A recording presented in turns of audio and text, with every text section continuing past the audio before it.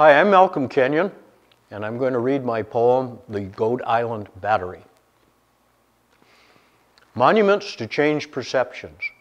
These batteries once covered every estuary, strait, and cove in Puget Sound. Our continent, a landlocked ship with 12-inch rifles aimed at ghosts who never came.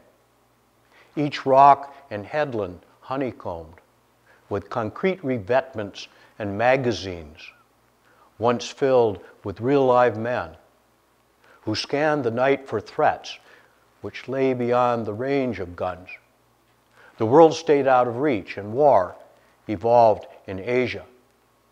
The inability of islands to maneuver left such citadels behind for picnics, lovers, vines that curled around the vacant ports to slowly close the eyes of history till masonry and native rock could not be told apart.